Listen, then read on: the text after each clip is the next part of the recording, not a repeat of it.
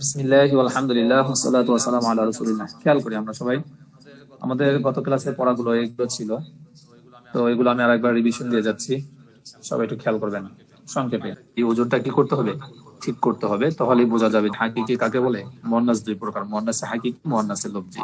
মুয়ান্নাসে হাকিকি কাকে বলে? মুয়ান্নাসে হাকিকি ওই মুয়ান্নাসকে বলে যার বিপরীতে কোনো পুরুষ জীব পাওয়া যায়। যেমন দেখেন ইমরাতুন, তো ইমরাতুন মহিলা, তাহলে এর মুজাক্কার কি? পুরুষ। পুরুষ শব্দটা রজুল, পুরুষ তো মানুষ, এর জীবন আছে। তাহলে বলছে কি যার বিপরীতে কোনো পুরুষ জীব পাওয়া যায়। ঠিক আছে, তাহলে ইমরাতুন মহিলা, এর বিপরীত শব্দ মানে এর মুজাক্কার শব্দ কি? রজুলুন। তো রজুলুনের শেষে কি আছে? রজুলুনের ভিতরে কি আছে? জীবন আছে, কারণ সে মানুষ, এরকম একটা জীবন, জীব এই হিসাবে। এবং না কতন, এটা উটনি। বুঝছেন, আগে তো মানুষ দিয়ে উদাহরণ দিলাম, এখন দেখেন প্রাণী দিয়ে উদাহরণ দিই। না কতন উটনি, এর মুজাক্কার কি? উট। উট উটনি, উট এটা কিন্তু জীবন আছে। তাহলে এর বিপরীত না কতনের বিপরীতে কি পেলাম? উটনি, এর বিপরীতে কি পেলাম? উট পেলাম। তাহলে উট এটা জীবন জাতীয় একটি প্রাণী যার জীবন আছে। পুরুষ জীব পাওয়া যায়, যেটাকে জীবন থাকা শর্ত, এটার নাম হলো মুয়ান্নাসে হাকিকি। এটা ভালো করে খেয়াল করবেন। এরকম আপনি নিজে নিজে খুঁজেন যে কোন কোন শব্দের মুয়ান্নাস তার মুজাক্কারের মধ্যে এরকম জীবন আছে, কি কি পাওয়া যায়। যেমন আরেকটা বলি, যেমন দাজাজাতুন মুরগি, দাজাজাতুন মুরগি, তাহলে মুরগির মুজাক্কার কি? মোরগ, দাজাজুন। বুঝছেন, এটা হলো মুয়ান্নাস, চেনার উপায় আর কি। মুয়ান্নাসে হাকিকি, যেটা বাস্তবিক আছে, বাস্তবিক পাওয়া যায়। আর হলো মুয়ান্নাসে লফজি। মুয়ান্নাসে লফজি মুয়ান্নাসকে বলে যার বিপরীতে কোনো পুরুষ জীব পাওয়া যায় না। যেমন জুলমাতুন, এটা স্বাভাবিক শব্দের ভিতরে দেখা যায়, এটা শব্দগতভাবে মুয়ান্নাস, কিন্তু বাস্তবিক নেই এটা। যেমন জুলমাতুন, এটা কি? অন্ধকার। অন্ধকারের বিপরীত কি হয়? নূরুন, আলো। আলোর ভিতরে কি জীবন আছে? জীবন নেই, এবং সেটা কোনো পুরুষ জাতীয়, মানে পুরুষ ঠিক আছে কিন্তু কি না, মানে জুলমাতুন কি বলবেন, এটা বিপরীত শব্দই তো নাই, মানে মুয়ান্নাস জাতীয় শব্দই তো নাই।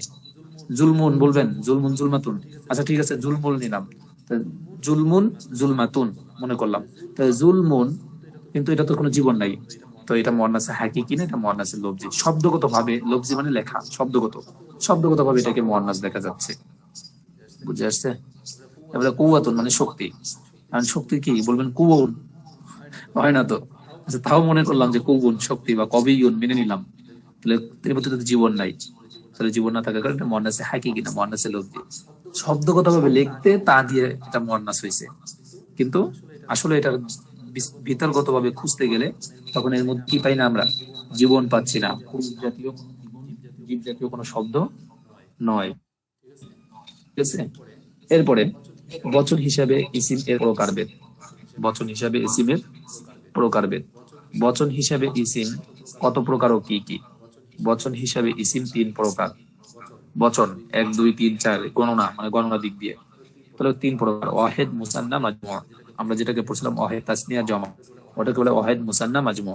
ওয়াহিদ মানে এক বচন, আর মুসান্না মানে দ্বিবচন, মানে তাসনিয়া যেটাকে আমরা পড়ছিলাম, আর জমা যেটাকে এখানে বলবো মাজমু। এটা সংক্ষেপ, এটা সংখ্যা বলবো না, কারণ সংখ্যা বললে আপনাদের আরো সময় নষ্ট হবে। তো এগুলো আপনারা জানেন। ওয়াহিদ মানে এক বচন, তাসনিয়া মানে দ্বিবচন, মানে বলা হয় মুসান্না। তাসনিয়া থেকে মুসান্না একই শব্দ ভাই। এরপরে জমা থেকে মাজমু মানে বহু বচন। এগুলো বোঝার মতো কিছু নাই, আপনারা জানেন এক বচন কাকে বলে, দ্বিবচন কাকে বলে, বহু বচন কাকে বলে। এটা সংজ্ঞায় যে নিচে দেওয়া আছে, সংজ্ঞায় আমরা পড়ার প্রয়োজন নাই মনে করি। আপনারা তো জানেন এক বচন মানে কি? যে শব্দের মাধ্যমে একটি বস্তু বা একটি ব্যক্তিকে বোঝানো হয়, তাকে কি বলে? ওয়াহিদ বলে। ঠিক আছে। আর মুসান্না মানে ওই এক্সাম্পল বলে, এখানে সংজ্ঞা দেয় নাই যদিও, বানানোর সিস্টেমটা বলছে। আর তাসনিয়া কাকে বলে? যে শব্দের মাধ্যমে দুজন ব্যক্তি বা দুজন বস্তুকে বোঝানো হয়, দুটি বস্তুকে বোঝানো হয়, তাকে মুসান্না বলে। আর মাজমু কাকে বলে? যার মাধ্যমে দুইয়ের অধিক বোঝানো হয়, দুইয়ের থেকে নিয়ে বেশি বোঝানো হয়, তাকে মাজমু বলা হয়। ঠিক আছে। এখানে জমা বানানোর নিয়ম শেখানো হয়েছিল, সেটা কিভাবে? মুসান্না বানানোর সিস্টেম কি? মুসান্না বানানোর সিস্টেম হলো যে শব্দের শেষে আলিফ অথবা ইয়া ইয়া পূর্বের অক্ষর জবর এবং নুনে মাকসুরা যোগ করলে হয়। যেমন কথাটা ভালো করে বোঝার চেষ্টা করেন। রজুলুন একজন ব্যক্তি, এখন আপনি দুজন ব্যক্তি বুঝাইতে যাবেন আরবিতে, শেষে কি যোগ করবেন? একটা আলিফ যোগ করবেন। কি করবেন? একটা আলিফ যোগ করতে হবে। আলিফের আগের অক্ষরে জবর হবে এবং শেষে একটা যে যুক্ত নুন যোগ করতে হবে। তো রজুলুন লাম পর্যন্ত মনে করেন ঠিক আছে আমাদের। এরপর আমরা কি যোগ করলাম? একটা আলিফ যোগ করলাম আর শেষে একটা নুন যোগ করলাম, আর আলিফের আগের অক্ষরে জবর দিতে হবে। তো কি হয়ে গেল? রজুলানে। যাচ্ছে দ্বিবচন বানানোর জন্য সিস্টেম কি? রজুলুন এক বচন, এই রজুলুন লামের পরে একটা আলিফ বাড়াতে হবে, শেষে একটা জের যুক্ত নুন নিতে হবে এবং এই আলিফের আগের অক্ষরে জবর না থাকলে দিয়ে দিতে হবে। তাহলে কি হয়ে যাবে? দ্বিবচন গঠন হয়ে যাবে। এক সিস্টেম। আর একটা সিস্টেম কি?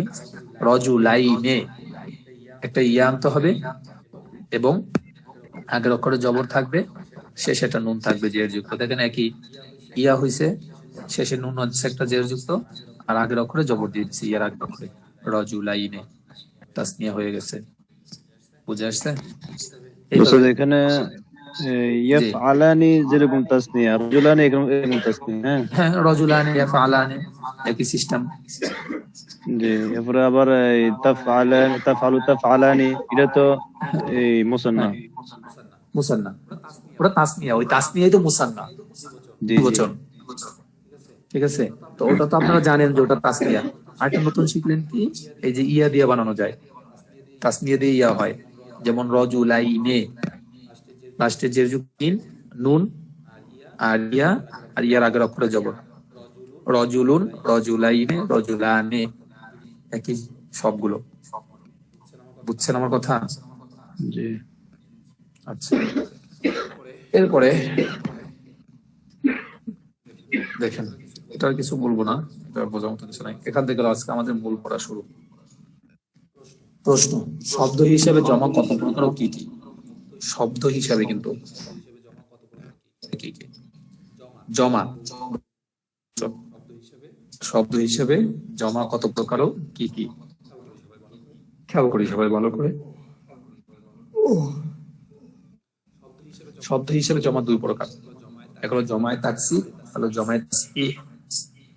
একটা জিনিস খেয়াল করবেন, একটা হলো আমি যে শব্দটার বহুবচন বানাতে চাচ্ছি, এই শব্দটাকে মৌলিকভাবে ঠিক রেখে কখনো বহুবচন বানানো হয়, আবার কখনো ওই শব্দটার মধ্যে ভেঙে পরিপূর্ণভাবে চেঞ্জ করে বানানো হয়। ঠিক আছে, তো যেটাকে ভাঙ্গা হয়, যেটার মূল অক্ষর ঠিক থাকে না, ওটাকে বলা হয় তাকসির। কারণ উন্নত ভাঙ্গা, কাসারা একসুর মানে ভাঙ্গা, ওখান থেকে তাকসিরুন ভেঙে ফেলা। এই জমাকে বানাতে গিয়ে তার মূল এক বচনের মধ্যে যে সিস্টেমটা ছিল, সেই সিস্টেমটা পরিবর্তন হয়ে গেছে, ওটাকে বলা হয় জমায়ে তাকসির। আর জমায়ে তাসহিহ বলে যেটার মধ্যে ভাঙ্গার প্রয়োজন হয় না, মৌলিকটা থাকে ঠিকই, মৌলিকের সাথে আরেকটু যোগ করে দিলেই হয়ে যায়, ওটাকে বলা হয় জমায়ে তাসহিহ। সহি বলে, সহি মানে যে সকল বিপদ আপদ থেকে নিরাপদে রয়েছে। তাহলে যেহেতু যেই শব্দের যে জমাটা বানানোর কারণে বানাতে গিয়ে তার মৌলিক যেটা ছিল ওটার মধ্যে কখনো ভাঙ্গার প্রয়োজন পড়ে নাই, সে যেভাবে ছিল ওইভাবেই তাকে দিয়ে তার সাথে একটু মৌলিক মানে দুই একটা শব্দ যোগ করে জমা বানানো হয়েছে, ওটাকে বলা হয় জমায়ে তাসহিহ। কারণ এর তো ভাঙ্গার প্রয়োজন পড়ে নাই, সে যেভাবে ছিল ওইভাবেই আছে সঠিক, এই জন্য জমায়ে তাসহিহ বলে। আচ্ছা, সহজেই বুঝবেন, উদাহরণ দেই। আপাতত এখন দুটো প্রকার শিখেন। জমা কত প্রকার? শব্দের দিকে দুই প্রকার, এগুলো জমায়ে তাকসির, তাকসির, আর জমায়ে তাসহিহ, তাসহিহ। বুঝছেন? এই ছিল জমা দুই প্রকার। আচ্ছা, জমায়ে তাকসির কাকে বলে? জমায়ে তাকসির কাকে বলে? জমায়ে তাকসির ওই জমাকে বলে যাতে ওয়াহেদের ওজন ঠিক থাকে না। জমায়ে তাকসির ওই জমাকে বলে যাতে ওয়াহেদের ওজন ঠিক থাকে না। জমায়ে তাকসির ওই জমাকে বলে যাতে ওয়াহেদের ওজন ঠিক থাকে না। বুঝছেন? যেমন দেখেন, রজুলুন, উচ্চারণটা খেয়াল রাখেন, রজুলুন, কিন্তু এটা হলো এক বচন, কিন্তু এটাকে যখন আমি বহুবচন বানাতে গেলাম তখন রিজালুন, এখন আপনারা নিজেরাই বলেন রজুলুন এই যে উচ্চারণটা আর রিজালুন, সেই রজুলুনের সেই উচ্চারণটা কি এই রিজালুনের মধ্যে আসার পরে পাওয়া যায় না যায় না? আমার কথাটা বুঝে নাই মনে হয়। জি জি বুঝেছি, যায় না যায় না। যায় না, কারণ রজুলুন, রজুলুন উচ্চারণটা দেখেন কেমন, রজুলুন, কই রজুলুন আর কই রিজালুন, জি কই আম গাছ আর কই গাব গাছ, মিলে? জি জি যেমন আমার এই কথাটার ভিতরে যেমন মিল পাওয়া যায় না, আম গাছ আর গাব গাছ দুইটা পার্থক্য বোঝা যাচ্ছে, সেম এই কথাটার ভিতরে দেখেন রজুলুন রিজালুন। আচ্ছা সহজে বুঝাই, র জিম লাম, জিম লাম একসাথে মিলে আসছে, আবার জবর জের দিকে লক্ষ্য করেন, কিন্তু যখন বহুবচনে গেল তখন সে ভেঙে গেল, কারণ রিজালুন হয়ে গেল, লাম এই জিম আর লাম মাঝে পার্থক্য হয়ে গেছে, আর জবর জের দিকেও অনেক পরিবর্তন হয়ে গেছে, উচ্চারণের মধ্যেও পরিবর্তন এসে গেছে। দুটার মধ্যে দেখেন কত ব্যবধান, রজুলুন রিজালুন।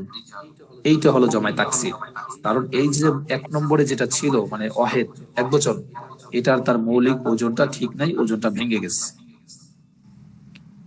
এই জন্য বলা হয় এটাকে জমায় তাকসির, মানে সে ভেঙে গেছে, তার মৌলিকটা ঠিক নাই, মূলটা নড়াচড়া হয়ে গেছে। যেমন মাসজিদুন, কই মাসজিদুন আর কোথায় বহুবচনে গেল মাসাজিদু, উচ্চারণ দেখেন, মানে আপনি স্বাভাবিকভাবে আপনার দিকে বিবেকে মানে চিন্তা করেন যে এটার উচ্চারণ এটার উচ্চারণ কেমন, এটা হলো উচ্চারণের দিকে লক্ষ্য করে বললাম, আর এটা শব্দগত ভাবে লক্ষ্য করেন। দেখেন যদি এরকম হতো মাসজিদুনা, লাস্টে যদি আমি এখানে দাল ওয়াও আর নুন যোগ করতাম, তাহলে আমার কিন্তু মাসজিদু দাল পর্যন্ত ঠিকই আছে, শেষে আমি একটা ওয়াও আর নুন যোগ করলেই কিন্তু আমার কি হয়ে যায়, বহুবচন হয়ে যায়। এটা ভিতরে ভাঙ্গার প্রয়োজন না, কারণ আমার মৌলিক যেটা ছিল সেটা ঠিকই আছে, শুধু আমি আরো একটু যোগ করে বানালাম, ওটা ছিল জমায় সহি। কিন্তু এটা জমায় তাকসির, দেখেন আমার মিম কোথায়, সিন কোথায়, জিম কোথায়, দাল কোথায়, সব আলাদা হয়ে গেছে। এই আলাদা হওয়ার কারণে যে দুটো আলাদা হয়ে গেছে এবং উচ্চারণের দিকেও ঠিক নাই, এই জন্য এটাকে জমায় তাকসির বলা হয়। তাকসির মানে ভেঙে ফেলা, ভেঙে গেছে। আশা করি বুঝছেন, বুঝছেন কিনা? জি বুঝেছি। এরপর দেখেন জমায় তাকসির বানানোর নিয়ম কি, জমায় তাকসির বানানোর নিয়ম কি, এটা তো বুঝতে আপনাদের আরো 12টা বেজে যাবে। দেখি যদিও গণনার সংখ্যা দেখেন 3 অক্ষর বিশিষ্ট, 3 অক্ষর বিশিষ্ট যে শব্দ এটাকে আরবিতে বলা হয় সুলাসি। ওই ব্র্যাকেটের মধ্যে দেখেন সুলাসি লেখছে, ওটা যদি আপনারা আরবিতে নাও বলতে পারেন তাহলে বাংলায় বলেন 3 অক্ষর বিশিষ্ট শব্দ। 3 অক্ষর বিশিষ্ট শব্দের জমায় তাকসির বানানোর নির্দিষ্ট কোনো ওজন নেই। 3 অক্ষর বিশিষ্ট যে শব্দ এটাকে আপনি জমা বানাবেন, যেমন রজুলুন 3 অক্ষর বিশিষ্ট শব্দ, এটা থেকে কি হয়ে গেছে, রিজালুন হয়ে গেছে। আচ্ছা এটা কোন নিয়মে ভিত্তিত হলো, এটা কোনো নিয়ম নাই, রজুলুন 3 অক্ষর, তো এই 3 অক্ষর বিশিষ্ট শব্দের জমায় তাকসির বানানোর নির্দিষ্ট কোনো নিয়ম নেই, বুঝছেন? এখানে লিখে দিয়েছে কিন্তু নির্দিষ্ট কোনো নিয়ম নাই। তবে বানায় কিভাবে দেখেন, এগুলো সামাই, আর বলতেছে আমরা তাদের থেকে শুনছি, আমাদের মুখস্থ করতে হবে, এভাবে আমাদের জানিয়ে নিতে হবে, বুঝছেন? নির্দিষ্ট কোনো নিয়ম নাই, আরবরা এইভাবে বানাইছে, আরবরা এইভাবে পড়তেছে, আমরাও তাদের বই পড়বো, তাদের থেকে শুনবো, আমরা এইভাবে মুখস্থ করব। এই জন্য এটাকে বলেছে মুয়ান্নাসে জমায়ে সামাই বলে, মানে এগুলোকে সিমাই অর্থাৎ শ্রুতনীয় বল, ঠিক আছে? তবে 3 অক্ষরের কথা গেছে, কিন্তু 4 অক্ষর বিশিষ্ট যদি হয়, 4 অক্ষর বিশিষ্ট এই বাংলা কথাটাকে আরবিতে বলা হয় রুবাই, এই বাংলা কথাটাকে আরবিতে বলা হয় রুবাই, মানে 4 অক্ষর বিশিষ্ট। বাংলা না বললেও আরবিটা বললে চলবে, ঠিক আছে? বা আরবিটা বলে বাংলা বলে চলবে। 4 অক্ষর বিশিষ্ট শব্দ থেকে যদি আমি বানাতে চাই জমা, তাহলে সেখানে নিয়ম কি, এবং 5 অক্ষর বিশিষ্ট, 4 অক্ষর 5 অক্ষর, 3 অক্ষরটা কিন্তু ভিন্ন, 5 অক্ষর একটা, 5 অক্ষর বিশিষ্ট, সেটাকে আরবিতে বলা হয় খুমাসি, মানে 5 অক্ষর এই বিশিষ্ট, এই আরবিটা এই বাংলা কথাটাকে আরবিতে বলা হয় খুমাসি। শব্দের থেকে 4 অক্ষর আর 5 অক্ষরের কথা কিন্তু চলতেছে, 4 অক্ষর বিশিষ্ট শব্দ অথবা 5 অক্ষর বিশিষ্ট শব্দ থেকে জমা তাকসির বানানোর নিয়ম সাধারণত ফাআলালুন এর ওজনে, ফাআলালুন, ফাআলিলুন, ফাআলিলুন এর ওজনে হয়, ফাআলিলুন এর ওজনে হয়। খেয়াল করেন, সাধারণত ফাআলিলুন জবর জের দিয়ে নেবেন, ফাআলিলুন এই ওজনটা মনে রাখবেন, এই ওজনে আসবে। যেমন দেখেন জাফারুন কয় শব্দ, জিম আইন ফা রা, 4 অক্ষর। আমাদের কিন্তু 4 অক্ষর আর 5 অক্ষর নিয়ে আলোচনা, মানে 4 অক্ষরের উপরে নিয়ে আলোচনা, 4 অক্ষরের নিচে না। 3 অক্ষরটা তো নির্দিষ্ট কোনো নিয়ম নাই, 4 অক্ষর থেকে উপরে যত হতে পারে, এগুলো সবগুলো নিয়ম বানানোর সিস্টেম হলো শুধু এই ওজনটা ফাআলিলুন। শব্দের ওজনটা মনে রাখতে হবে, ফাআলিলুন এটা মনে রাখতে হবে, ফাআলিলুন এই ওজনটা মনে রাখতে হবে, এটার ওজন হবে। যেমন দেখেন জাফারুন 4 শব্দ বিশিষ্ট, 4 অক্ষর বিশিষ্ট শব্দটা, জিম আইন ফা রা, এক ব্যক্তির নাম আর কি। এটা থেকে আমি কিভাবে বানাবো বহুবচন, এটার বহুবচন কিভাবে বানাবো, জাফিরু, ফাআলিলু, জাফিরু, বুঝছেন? দেখেন মিলান, ফাআলিলু, জাফিরু, বুঝছেন? এই একটা নিয়ম খেয়াল রাখলেই হবে। 4 অক্ষর বিশিষ্ট মানে 4 থেকে উপরে যত শব্দ দিয়ে হতে পারে, যত অক্ষর দিয়ে হতে পারে, 4 নিচে না, 3 অক্ষর না কিন্তু, জাফিরু। এবং দেখেন 5 অক্ষর, জাহমারিশুন, জিম হা মিম র শিন, জাহমারিশুন, এখানে 5টা অক্ষর। 5টা অক্ষরের ক্ষেত্রে বহুবচন পড়ে যাবে, কি হবে, জাহামিরু, ফাআলিলু, জাহামিরু, ফাআলিলু, জাহামিরু, বুঝছেন? মিলছে?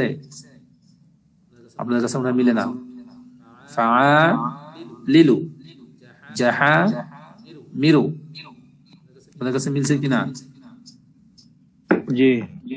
আচ্ছা, এভাবে এলো 4 থেকে নিয়ে 4-এর উপরে যত অক্ষর হতে পারে সেই অক্ষর থেকে জমায়ে তাকসির বানানোর নিয়ম, মানে যে জমার মূল শব্দ ঠিক থাকবে না, উচ্চারণ না, শব্দগত পারবো না, বুঝছেন? এখানে 5ম অক্ষরটিকে হযফ বা বিলুপ্ত, মানে কি করছে, লাস্টে যে শিন ছিল শিনটাকে ফেলে দিছে, শিনটাকে ফেলে দেওয়া হয়েছে। এই ছিল জমায়ে তাকসির বানানোর নিয়ম। 3 অক্ষর বিশিষ্ট শব্দ থেকে জমায়ে তাকসির বানানোর কোনো নিয়ম নেই, নির্দিষ্ট কোনো নিয়ম নেই। আরবরা যেভাবে বলে আমরা ওভাবে শুনি, শ্রুত নির্ভর। আচ্ছা, কিন্তু 5 অক্ষর বিশিষ্ট এবং 4 অক্ষর, 5 অক্ষর, 6 অক্ষর, 7 অক্ষর যাই বলি, এই জাতীয় শব্দ থেকে বানানোর নিয়ম হলো ফাআলিলু। এই একটা ওজন মনে রাখলেই হবে, ফাআলিলু এর ওজনে হয়, তাহলেই বুঝতে পারবেন। যাক, মাশাআল্লাহ। এরপরে আসেন জমায়ে তাসহিহ, মানে যার ওজন কি হয় না, ভাঙ্গে না, ওজন ঠিক থাকে, তাকে জমায়ে তাসহিহ বলে। তো দেখেন জমায়ে তাসহিহ ওই জমাকে বলে যার ওয়াহিদের ওজন ঠিক থাকে, এটির অপর নাম জমায়ে সালেম। যদি পারেন এই ব্র্যাকেটে যে নামটা দেওয়া আছে এটা পড়বেন, তাহলে জমা কয় প্রকার, জমা 2 প্রকার।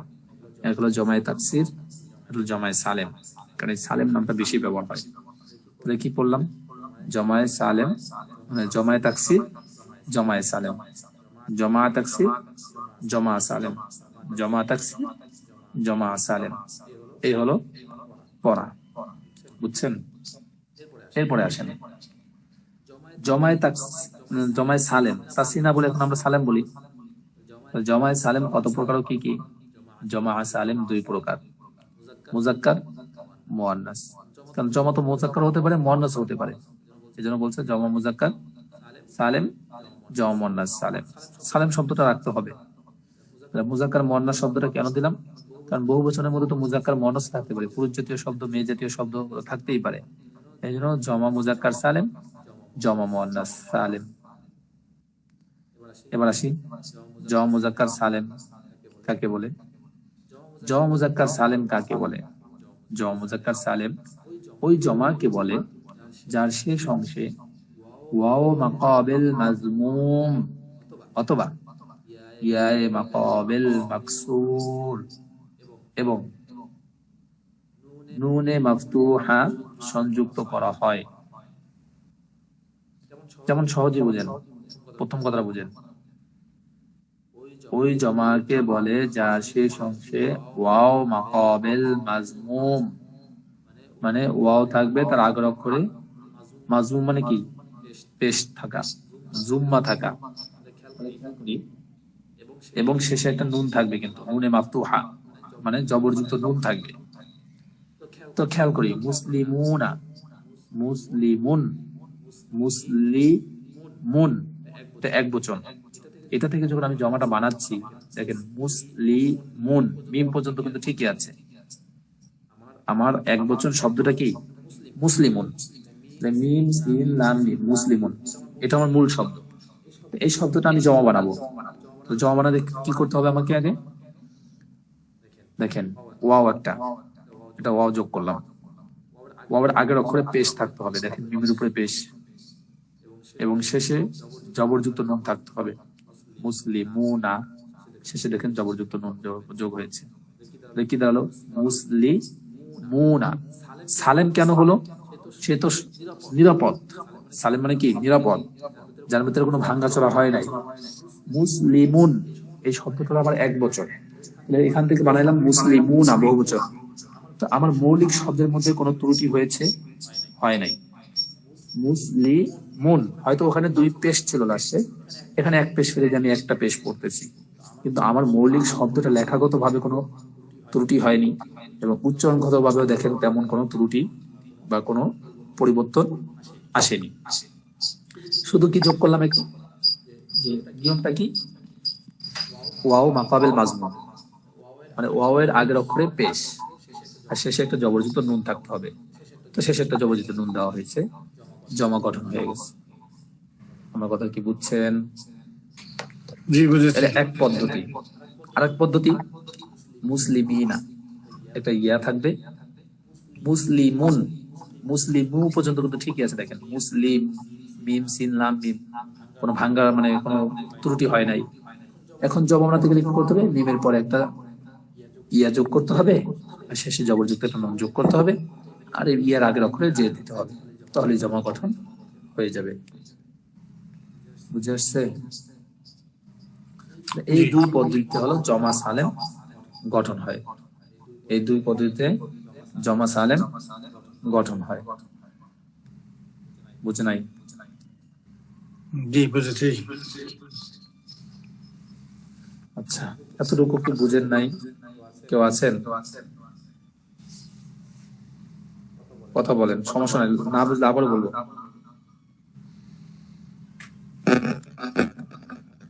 আশা করি না বুঝার কথা না। বুঝেছি বুঝেছি।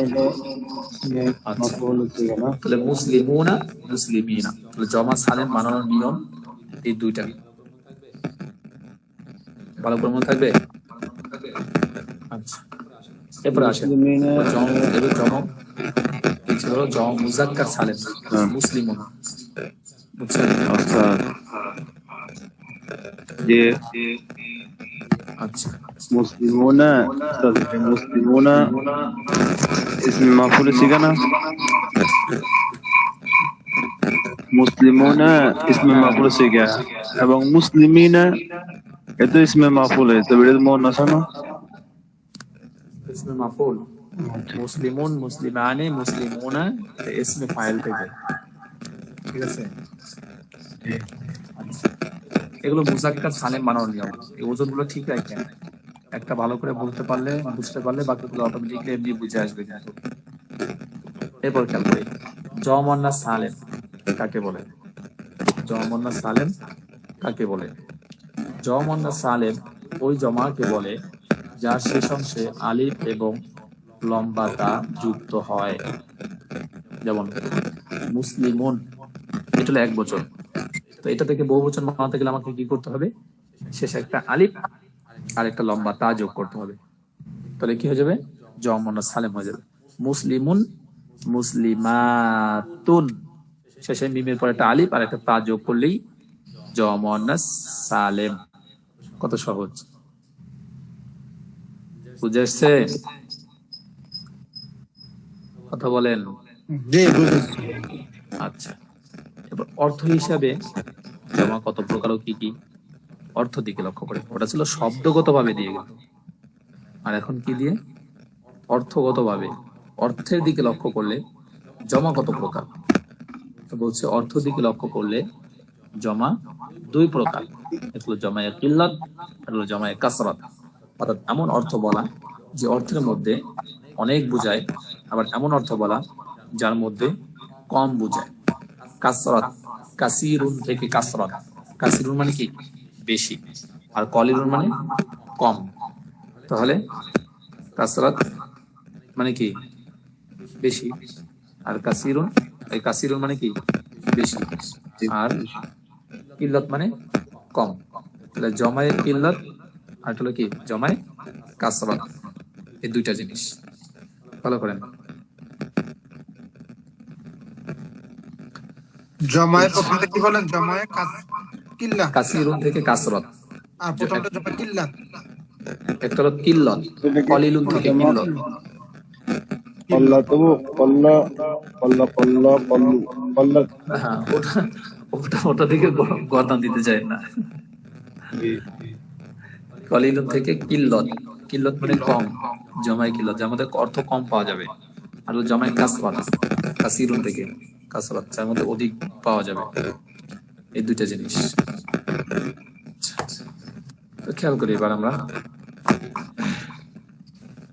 জমায় কিল্লাত আসলে কি? জমায় কাসরাত। আসলে জমায় কিল্লাত কাকে বলে শেষ করে দেবো, বেশি না, আপনাদের মনে কষ্ট হচ্ছে। আচ্ছা দেখি জমায় কিল্লাত কাকে বলে। জমায় কিল্লাত ওই জমাকে বলে যা 3 থেকে 10-এর নিম্নে যে কোনো সংখ্যা ব্যক্তি বা বস্তু বোঝায়। কারণ গণনা জিনিস কে কে হয়? ব্যক্তি হয়, বস্তু হয়, এটাই স্বাভাবিক। সবাই চলে যাচ্ছে কেন?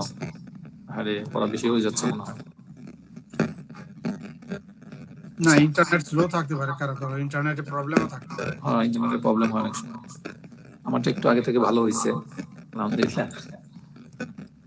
আচ্ছা দেখি, জমায়ে কিল্লাত ওই জমাকে বলে যা 3 থেকে 10-এর নিম্নে যে কোনো সংখ্যা ব্যক্তি বা বস্তু বোঝায়। কোন সংখ্যক ব্যক্তি বা বস্তুকে বোঝায়। খেয়াল করি এবার জমায়ে কিল্লাত, এটা কিন্তু বুঝছেন, কিন্তু 10-এর কম বুঝাবে, মানে 1 থেকে 9, 1 থেকে কত? 9 বুঝায় যে শব্দ জমায়ে কিল্লাত, কারণ সে সীমাবদ্ধ, পুরো কিন্তু সে পায় না। এই জমায়ে কিল্লাত এখন কেমনে বুঝবেন যে কোন শব্দ কম বুঝাচ্ছে, কোন শব্দ বেশি বুঝাচ্ছে অর্থ? এটা চেনার জন্য এখানে 4টা ওজন দেওয়া হয়েছে, 4টা শব্দ দেওয়া হয়েছে। এই 4টা শব্দের সাথে যে শব্দ মিলে যাবে ওইটাই হলো জমায়ে কিল্লাত। এই জন্য 4টা শব্দকে মনে রাখতে হবে। যেমন আফউলুন, আকলুবুন, আফউলুন, আকলুবুন। কুকুরগুলি সর্বোচ্চ কত পর্যন্ত যেতে পারবে? 9 পর্যন্ত যেতে পারবে, এরপরে আর যেতে পারবে না। কুকুরগুলি মানে কি? এখানে 9টা কুকুর আছে, বা 8টা কুকুর আছে, 7টা কুকুর, এরকম হতে পারে, কিন্তু 9-এর উপরে আর ধরা যাবে না। আরেকটা কি? আফআলুন, আকওয়ালুন, আফআলুন, আকওয়ালুন। ঠিক আছে, এরপরে আফঈলাতুন, আউবিলাতুন। এই আফঈলাতুনের সাথে যে শব্দ এরকম ভাবে মিলে যাবে সেগুলোই হবে জমায়ে কিল্লাত। এবার ফি'লাতুন, গিলমাতুন, গোলামগুলি। এখন এই 4টা শব্দ আপনি পড়লেন, এই 4টা শব্দের সাথে এই 4টা শব্দ মুখস্থ করে নিতে হবে। কিন্তু এখন যে কোনো শব্দ যখন আসবে এটার সাথে মিলাবেন, দেখবেন এই 4টার ভিতরে কোনটার সাথে মিলে যায়। যদি কোনটার সাথে মিলে যায় তখন এখানে অর্থ নেওয়ার ক্ষেত্রে বুঝতে হবে যে এখান থেকে আমি 1 থেকে নিয়ে 9 পর্যন্ত, 1 তো নেওয়া যাবে না, 2 থেকে নিতে হয়, কারণ 1 তো হয়তো 1 বচন হয়ে যায়।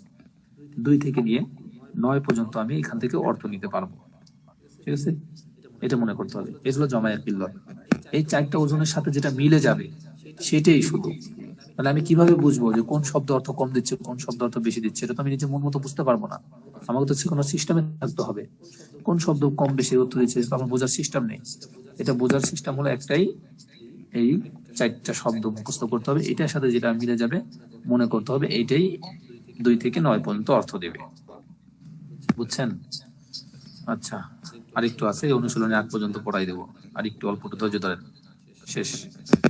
এরপরে এছাড়া আলিফ লাম বিহীন মানে আলিফ লাম ছাড়া জমা সালেম এর দুটি ওজন, যেমন দেখেন মুসলিমুনা মুসলিমাতুন, জমা কিল্লাত হিসেবে ব্যবহৃত হয়। মানে কি? মুসলিমুনা মুসলিমাতুন এই শব্দ দুটো জমা কিল্লতের অন্তর্ভুক্ত। এটা এমনি আলাদা একটা আলোচনা করে দিছে আর কি।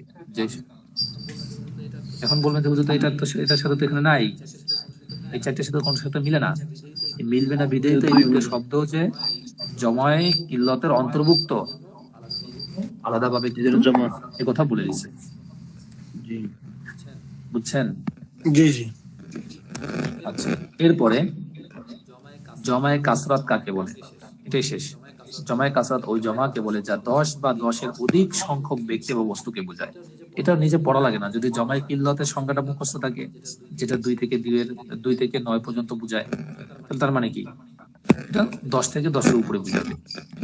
যেই শব্দ ওই জমাকে বলে যা 10 বা 10-এর অধিক সংখ্যক ব্যক্তি বা বস্তুকে বোঝায়, তাকে জমায়ে কাসরাত বলে। জমায়ে কাসরাতের ওজন কয়টি ও কি কি? জমায়ে কিল্লতের এই 6টি ওজন ছাড়া বাকি সমস্ত ওজনই জমায়ে কাসরাতের অন্তর্ভুক্ত। এই যে মুসলিমুনা মুসলিমাতুন এই দুইটা, আর এই যে 6টা, এই 6টা ছাড়া বাকি যত জমা দেখবেন সব জমা কাসরাতের অন্তর্ভুক্ত। বুঝছেন? জি। যেমন কলাবুনের বহুবচন কি? আকলামুন।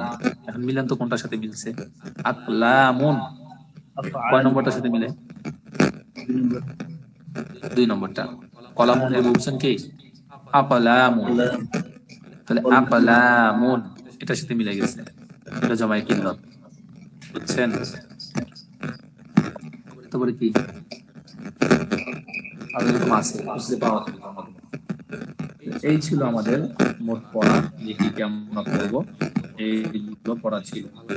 তো ভালো করে আমরা এগুলো আয়ত্ত করবো, বিশেষ করে মুয়ান্নাসের আলামত গুলো, মুয়ান্নাস কয় প্রকার কি কি, তারপরে এই জমা কত প্রকার, জমার ওজন গুলো কি কি, এগুলো কিন্তু আমাদের খুব গুরুত্বপূর্ণ পড়া। তাই এগুলো বলা যাবে না, এগুলো প্রতি একটু গুরুত্ব বেশি দিয়ে এগুলোকে ভালো করে আয়ত্ত করতে হবে।